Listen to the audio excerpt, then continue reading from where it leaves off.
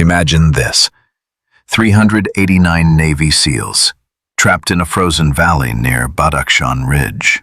Ammo running dry. Enemies closing from every ridge. Command had already started writing the loss report. And one woman, a 29-year-old A-10 pilot from Idaho, whispered 4 words that would change everything. "I'm not standing down." Before she became a legend, before people rose, straightened their uniforms, and rendered a solemn salute to her under the blinding sun of Bagram Airfield, Captain Sarah Collins was just a name no one wanted to see on the flight roster. She was 29, born in Boise, Idaho, the daughter of a crop duster pilot and a high school math teacher. She grew up among wheat fields where the sky had no borders and learned to handle her father's old plane before she even learned to drive a car. From the first time her hand touched the throttle, Sarah didn't just fly. She listened. She listened to the wind sweep over the wings, the steel frame humming softly like a breath, and the engine's pulse melding with her own heartbeat. To her, every flight was a conversation between metal and the heavens, between a human and gravity's pull. But the Air Force did not see it that way. To them, Sarah was the type who was too intense, too different. She asked too many questions, analyzed too deeply, and brought too much feeling to a place built to be cold and precise. Her reports were so detailed that they made her superiors uneasy. She pointed out every procedural flaw, every blind spot in tactical doctrine that no one wanted to hear. Precision is sometimes treated as insubordination in a system where rank is law. And so they took her off combat sorties. "Help train the new pilots," they said. A polite way of saying, "We don't need you in the sky."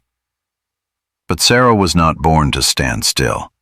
When the base lights went out, she stayed in the simulator. She ran through every combat scenario. She repeated each flight profile until her eyes were bloodshot from the screen's glow. She studied the terrain, wind vectors, altitude, and the mountain clefts that standard maps never mentioned. She recorded everything, every contour, every coordinate, and circled. That afternoon, the Afghanistan light seemed to stretch forever across the runway. Nothing warned anyone, just a typical training day. Engines thundering, F-16s taxiing out on patrol. In the ops room, officers made small talk over cups of coffee. Then that sound came. A hoarse, broken voice crackled over the tactical radio. "Viper actual to Bagram. We're surrounded. 800 enemy fighters. 2 SAM launchers active. Requesting emergency support." The whole room froze. No more laughter. No more clinking cups. Only the repeating tones of the radio, interspersed with distant explosions. On the big screen, coordinates popped up. A deep valley on the edge of Badakhshan Ridge, a snow and stone border region. And at the center of that map were 389 SEALs, trapped between 3 ridge lines emblazoned with enemy icons. No escape route, no close air support within reach.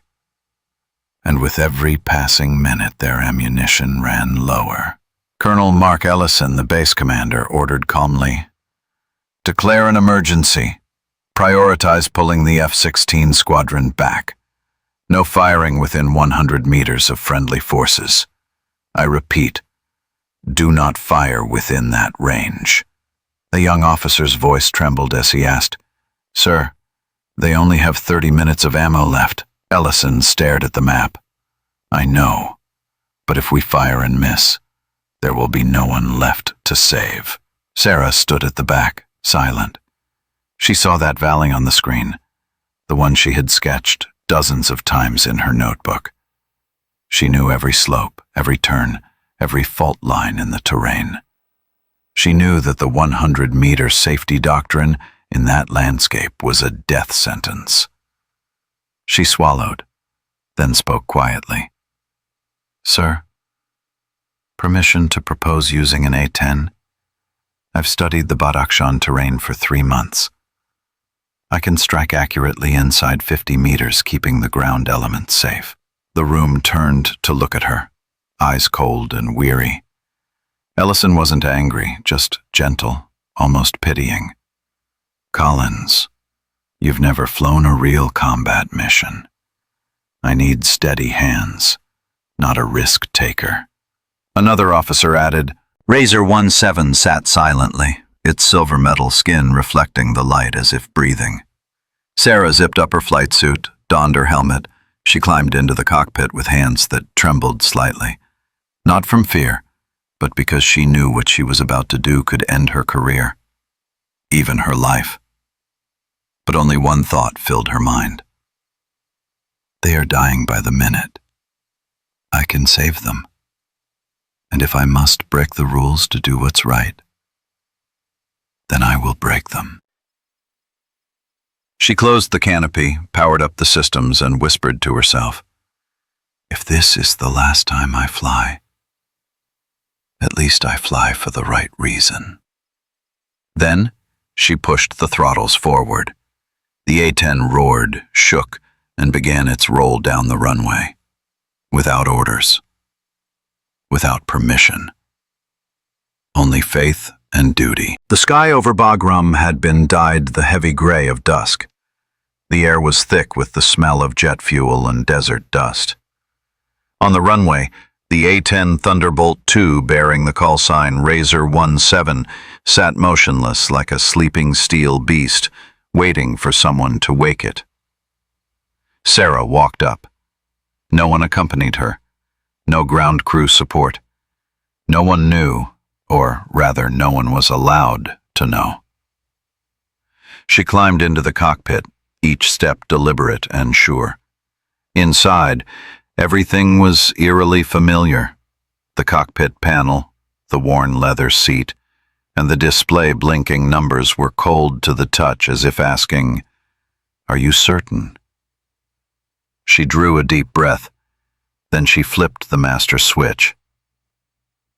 The engine started, the metallic squeal easing into a warm, low roar, vibrating through the earth. She checked everything carefully, as if still under formal training. Engine oil, hydraulics, avionics, Maverick missiles, the 30mm GAU-8 rounds, chaff, flares. All perfect. No margin for error. She had prepared for this moment for months. No one had authorized her to carry it out. In her headset, the tower's voice came over the radio. "Razor 17, there is no scheduled takeoff today. Please confirm the engine run signal." She did not reply. She simply switched to the emergency frequency, the service-wide channel. A calm, resolute voice spoke, not to ask permission, but to announce to history.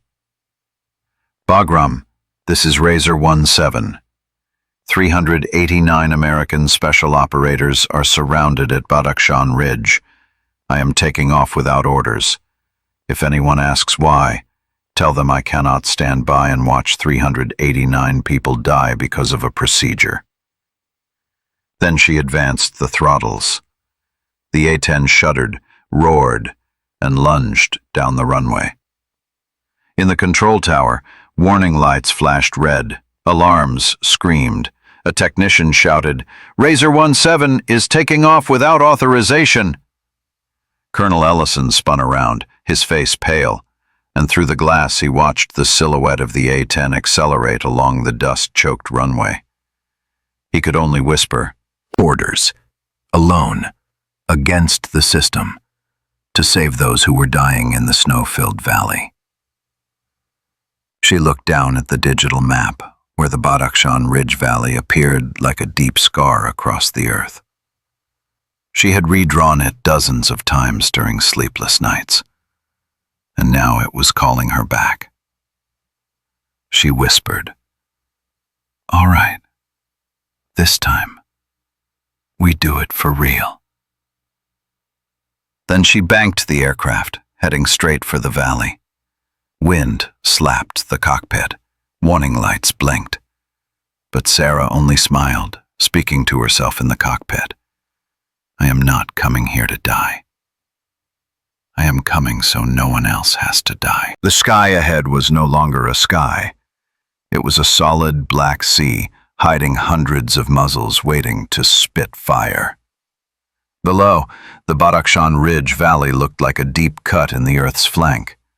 Smoke, snow, dust, and tracer rounds swept across like rivers of red fire. Sarah Collins banked the wing, descending to under 300 feet. Warning lights in the cockpit flashed continuously, and a small bell sounded the alert. Danger zone proximity, she muttered. I know, I'm flying into hell. From the ground, Viper Actual's voice came through amid explosions and static. Razor 17, this is Viper Actual. We're trapped between 3 ridge lines. The enemy is within 50 meters. We can't call artillery. Request immediate support. Sarah answered, her tone steady and calm as if nothing were burning. Viper Actual, confirm position with IR. I will attack from the north. Hold position. I will fire right at the edge of your element. A few seconds of silence. Then, down in the smoke, a small blue light blinked. The SEAL's IR marker. Sarah narrowed her eyes, picked up the sight, and squeezed the trigger. The wail of the GAU-8 Avenger tore the sky apart. Brrrt! 30-millimeter uranium rounds ripped through the air in half a second, striking the ridgeline above the SEALs, cutting a strip of fire across the night. Precise down to the meter. Dust and smoke exploded up, and then silence. Enemy fire died away. The valley paused for a few seconds, as if no one could believe what had happened. From below, Viper Actual exclaimed, Razor 17, confirmed hit. No casualties. My God, you just fired less than 40 meters from us. Sarah smiled softly. I told you. Trust me. She pulled the stick and banked west. 2 more enemy fire clusters lit up on the radar, closing in. She adjusted her flight path, skimming the ridgeline so close it felt like she could touch the rock. This time she fired 2 short bursts, only half a second each. 2 cascades of golden light spread like glitter along the slope, and the detonations rolled like thunder. The radar flashed, targets went silent.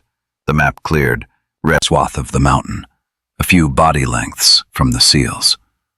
Target neutralized. Are you all alive? All alive, Razor 17. We are moving. In the sky, Sarah let a tiny smile appear, the smile of someone who knew she had chosen right.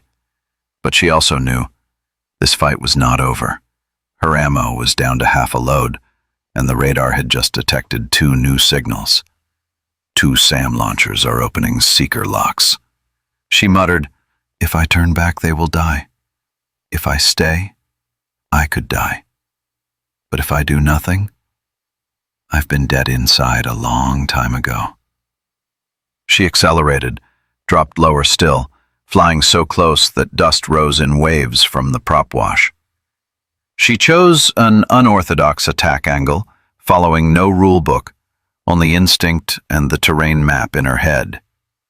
Viper Actual, prepare. I'm going to clear the way. She locked the target, fired a Maverick missile, then banked away to dodge the counterfire by inches. A massive explosion lit the ridgeline. The first launcher was wiped out. A cheer rose on the ground frequently. Sarah answered only with a quiet line. There's one more. I'm not going anywhere. The first SAM launcher detonated, its blaze reflecting off the snow-clad cliffs. But Sarah hadn't had time to breathe. Another red blip appeared on the radar, the second launcher, locking straight onto her. Viper Actual's voice came urgent. Razor 17, break off. They've got you locked. Sarah gripped the stick, replying calmly as if solving a math problem, not bargaining with life. No, if I break off, they'll shoot at you. I'll handle it. She yanked the controls, dropping between 2 ridge lines. From the ground, the A-10 looked like a steel arrow slicing through hell. A surface-to-air missile launched, screaming through the sky, passing just a few meters from her right wing before striking the ridgeline and detonating. Flames flashed. The whole valley shook. In that instant, Sarah did not evade. She flew straight through the blast's smoke, locked the target, and fired one last maverick. The missile left the wing, streaking white, and within 3 seconds, the second launcher vanished from the map. "Sam number 2 destroyed!" Her voice rang clear over the radio. In the Bagram Command Center, everyone held their breath. Razor 17's signal was still alive on the radar screen. No one spoke a word, only heartbeats in the quiet. Now the sky had opened. No more missiles, no more limits. Sarah switched to the second task, clearing an exit route. She remembered the long nights over the terrain maps when she'd drawn a small zigzag line on the valley's western edge where the ground fell away to form a natural cleft, deep enough to hide from enemy sight, wide enough to move a formation. "Viper Actual," she called. "I have an egress. On the west side of the valley where 2 V-shaped rock spurs meet. I'll lay a trail. Move right beneath my firing line. Hug the terrain. Don't stop. Don't look up." Razor 17, confirm. You mean fire over our heads? Exactly. Trust me. I've run this in the Sims hundreds of times. Sarah hauled the jet up, turned, and began the most dangerous support runs an A-10 pilot could fly. She dropped altitude until it seemed the landing gear might graze the ridge, then fired in short bursts. Half seconds, precise, not a round wasted. The 30mm tracers stitched lines on the ground like fire, each lasting about 20 seconds, but each second holding the lives of dozens. She fired with such precision that when the bursts ceased, only the enemy lay felled, and the friendly element kept moving. Viper Actual, situation report. We're nearing the western rim. We see the cleft. Your corridor. It's clear. Maintain speed. I'm right over you. A loud explosion echoed. A pickup-mounted gun truck appeared from the north, sweeping the escape lane with rounds. Sarah didn't wait for radar. She banked, dove low, pulled the trigger once. A single, precise burst like a needle through a thread. The truck erupted, a wall of flames shielding the SEALs as they flowed through the cleft to safety. Razor 17, target destroyed. Good. Keep moving. Don't stop. Up in the sky, Sarah's fuel had reached warning levels. She had only 70 rounds left. She knew she couldn't stay more than 10 minutes. But below, dozens still ran, and she had never been one to leave people behind. Razor 17, Ellison's voice returned. We have you at red fuel. Break off immediately. That's an order. She replied softly, almost a whisper. Sorry, sir. I'm not done yet. Then she cut the channel, switching back to the SEAL frequency. Viper Actual, report. All elements moving west, 200 meters to the egress. Hold steady. I'll cover you until the last second. She dove for the last time and fired the final GAU-8 belt, sweeping across the ridge. Golden streaks like falling stars, both beautiful and brutal and holy. When the firing stopped, the valley fell silent. Only the wind remained, and the last shadows slipped into the cleft and were gone. Sarah leaned back in her seat, hands trembling slightly, eyes stinging from smoke. She whispered, It's done, boys. We get to live another day. After the final burst, the Badakhshan Valley sank into an eerie silence. No more gunfire. No more enemy signatures. Only the wind and gray smoke drifted low across the frozen ground. Sarah looked down from the cockpit. Where the battlefield had been, only charred scars marred the snow. Through the haze, she could see movement. Small groups of SEALs running, heavy but determined, toward the western cleft she had opened for them. Viper Actual, confirm your position.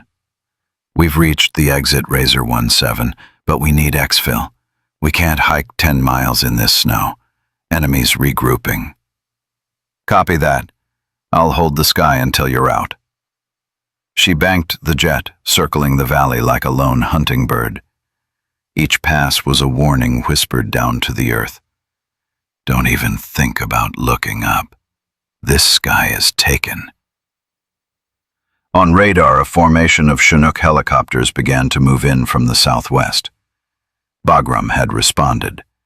The entire base now understood. One pilot was keeping 389 men alive. Razor 17, this is command. Chinooks inbound, 3 minutes out. Keep the airspace clean. Roger that.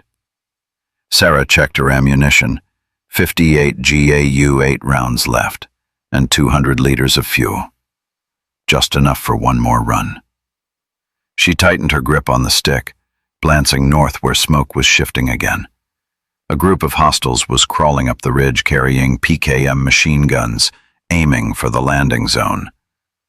She dropped altitude instantly. No radar, no target lock, just eyes and instinct. She lined up the sight between two boulders and squeezed the trigger. 3/4 of a second. A streak of gold carved across the mountainside like a seam of fire. The ridge exploded. The hostiles were gone. The gap was clear enough for the first helicopter to land. Razor 17, this is Chalk 1. We're setting down. Keep this zone quiet for 30 seconds. You've got a minute. I'll watch every second for you. She circled low enough to see the Chinook's shadow through the dust storm. Its rotors churned the ground and smoke like a giant beast roaring in the white desert. A few distant bursts of through breath. The entire enemy team vanished in flame. The second, then the third Chinook lifted off. Tiny figures below waved through the swirling dust. Viper Actual, all aboard. 0 casualties during extraction. Razor 17, you did it. Sarah drew in a deep breath and closed her eyes. She heard every word clearly, as if the world had distilled into a single sentence. Everyone's alive. But then, another sound cut through. Target lock warning. A SAM launch from the north. The high-pitched shriek sliced the air like a blade. Sarah reacted purely on instinct. She rolled hard, dumped flares, and dove behind a snowy cliff face. The missile streaked past, lost its lock, and slammed into the opposite ridge. The explosion tore open the silence. And when the smoke cleared, Razor 17 was still flying. Third missile evaded. Razor 17 is still airborne. From the helicopters, Viper Actual's voice broke with emotion. We see you, Razor 17. You're right above us. Thank you for staying. Sarah smiled in the cockpit, a tired smile, brighter than the dawn spilling over the mountains. Just doing my duty, Viper. Get everyone home. The helicopters faded into tiny black specks in the distance. The sky returned to silence. No more gunfire. No more warnings. Only wind and the breathing of someone who had just walked through hell. Sarah loosened her grip on the controls. Her whole body trembled with exhaustion. The fuel light flashed red repeatedly. But for that moment, she didn't think about returning. She just watched the direction the helicopters had gone. The tiny dots carrying 389 lives she had just saved. They're still breathing, she whispered. That's enough. The sky over the Badakhshan Mountains was beginning to brighten. The morning sun broke through, glinting off melting snow and the haze of smoke still drifting in the air. The world lay eerily still, as if everything that had happened was a terrible dream. Sarah quietly banked the A-10 southward, back toward Bagram Air Base. She checked her console, red warning lights everywhere, fuel barely enough for a single return trip. One Maverick missile left, and a handful of 30mm rounds resting silent in a scorched ammunition belt. She closed her eyes, took a slow breath. No more explosions, no more cries for help, only her own breathing and heartbeat, the sound of someone still alive. Bagram, this is Razor 17. Mission complete. All SEAL units rescued. No casualties. A pause, then Colonel Ellison's voice came over the radio, dry but trembling slightly. Razor 17, copy that. You are cleared to return to base. Fly straight in. No stops. Sarah answered softly. Roger that, sir.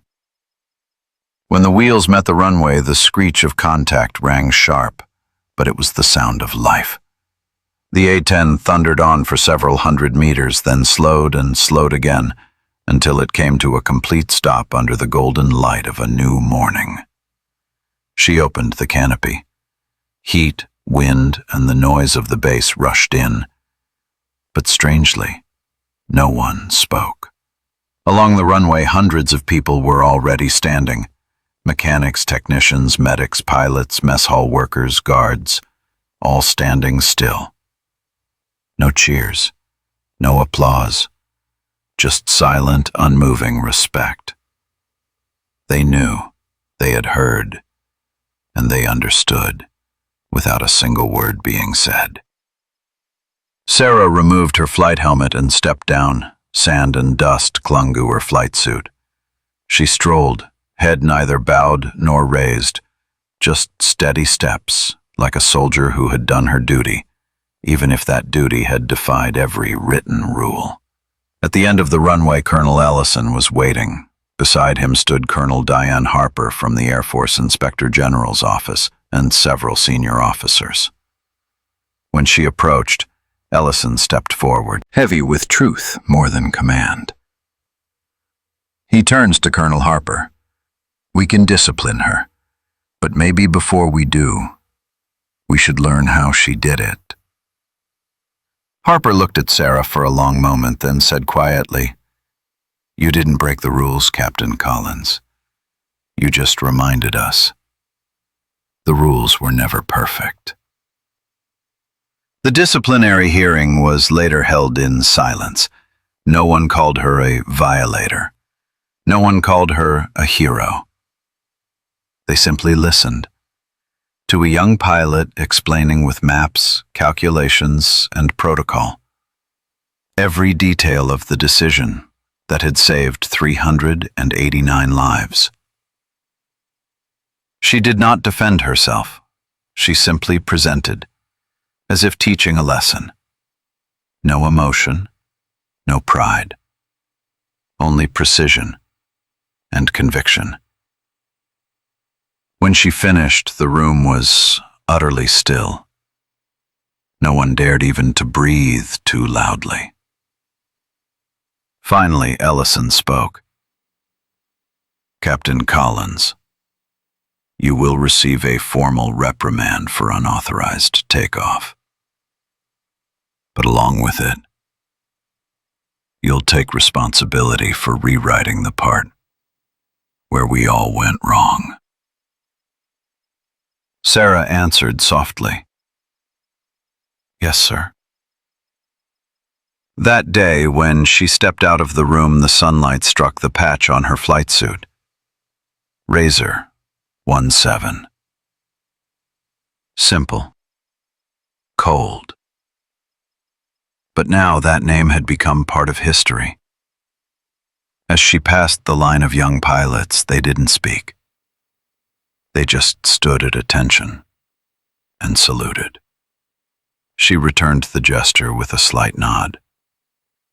No medals, no fanfare. Because for her, true glory was that no one had to stay behind. 6 months after the battle at Badakhshan Ridge, a new line appeared under her nameplate. Captain Sarah Collins, Close Air Support Development Unit. It wasn't a reward, it was an assignment. An assignment she knew would be more complex than any battle she had ever fought. To change how the Air Force thought about life and death on the battlefield. 21 young pilots were waiting for her on her first day in the training hall. Some had heard of her, the one who disobeyed orders to save 389 operators. Others only knew the rumors. The female pilot who flew below 50 meters and fired over friendlies. No one spoke when she walked in. Sarah placed her flight helmet on the table, scanned the room with calm eyes, and spoke slowly. I'm not here to tell you what I did. I'm here to make sure you'll never have to do it alone. The room fell into complete silence. She turned on the projector. The image of Badakhshan Valley appeared. Her hand drew a terrain map with red and blue markings. This is where I learned the most important lesson of my life. A map never tells the whole story. And sometimes, the soldier on the ground knows more than any radar ever will. In the months that followed, Sarah taught the pilots to read a battlefield like a book. Every mountain is a sentence. Every ravine is a comma. And if you don't understand its grammar, you'll write the story wrong, in blood. She taught them the discipline of fire. Don't waste ammunition for pride. Shoot for life, not for noise. A short burst at the right moment can save a platoon. A long one at the wrong time can erase a map. And she emphasized a truth no manual had ever mentioned. Speak little, fly right. Understand the people on the ground. Never make them ask, who are you firing for? At first, her classes were only for A-10 pilots.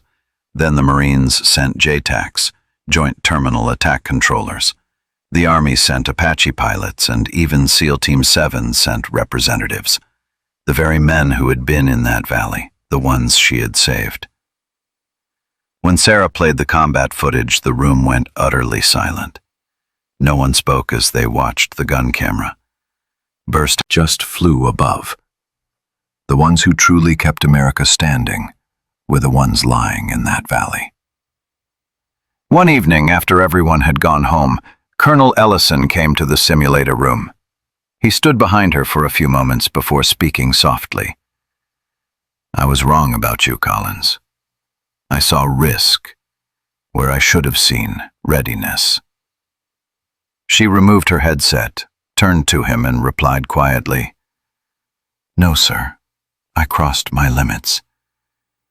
But maybe, sometimes we have to break the frame to see where it really needs to be redrawn. Ellison smiled faintly without his stern commander's mask for the first time. Then, help me redraw it. This time with ink, not with rounds. They stood there in silence.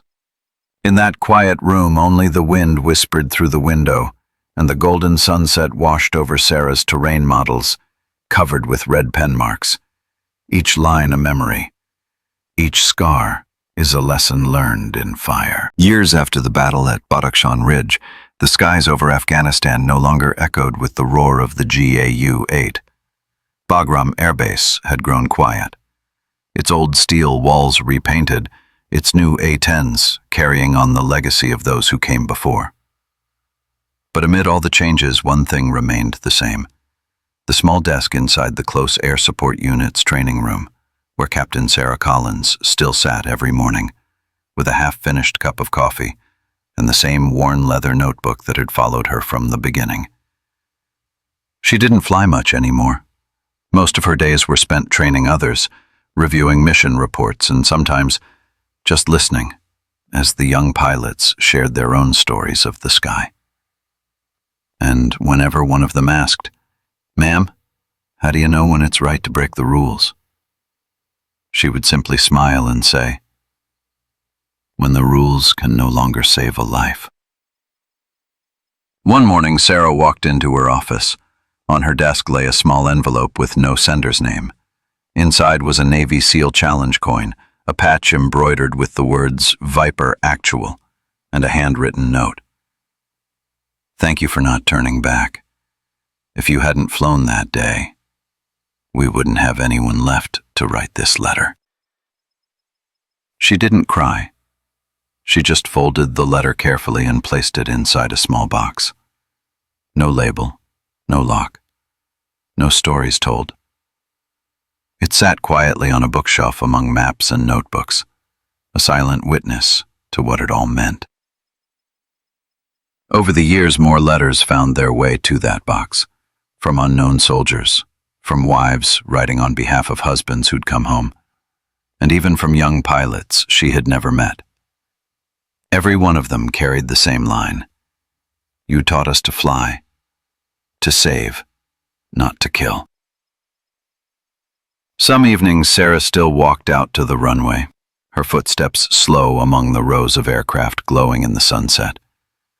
She'd run her hand across the titanium skin of an A-10, like touching the hide of a living creature that had once shared her breath in war. A young technician, barely in his 20s, ran up saluting. His hands were streaked with oil, his grin shy but genuine. "Ma'am, it's good to know that if we ever get stuck somewhere out there, you've already flown past where the math come home." The story of Captain Sarah Collins did not begin with victory, and it did not end with a medal.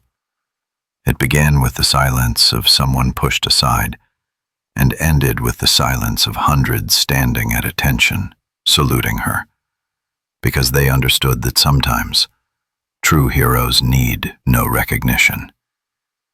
She never flew to be remembered. She flew so that others could come home. 389 souls. 389 lives that crossed the line between life and death, and returned because one pilot dared to say, "I don't need orders to do what's right." In the years that followed, every time the sky trembled with the roar of an A-10, young pilots would think of her, the woman who taught them. Tactics are reason, but saving lives is the heart. And if the two ever conflict, choose the one that lets you sleep at night.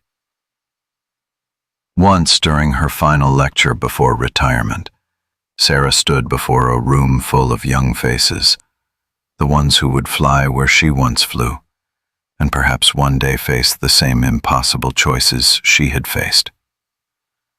She spoke slowly, clearly, each word meant to stay with them. No map is perfect, but each of you can draw the missing parts with your own heart. She paused, glancing out the window where an A-10 was climbing into the golden afternoon sky. And if one day you find yourselves stuck where the map ends, remember, someone once flew there before you and left a path for you to find your way home. The story of Sarah Collins is not just about war. It's about faith, the belief that even in chaos a human being can still choose compassion as their compass.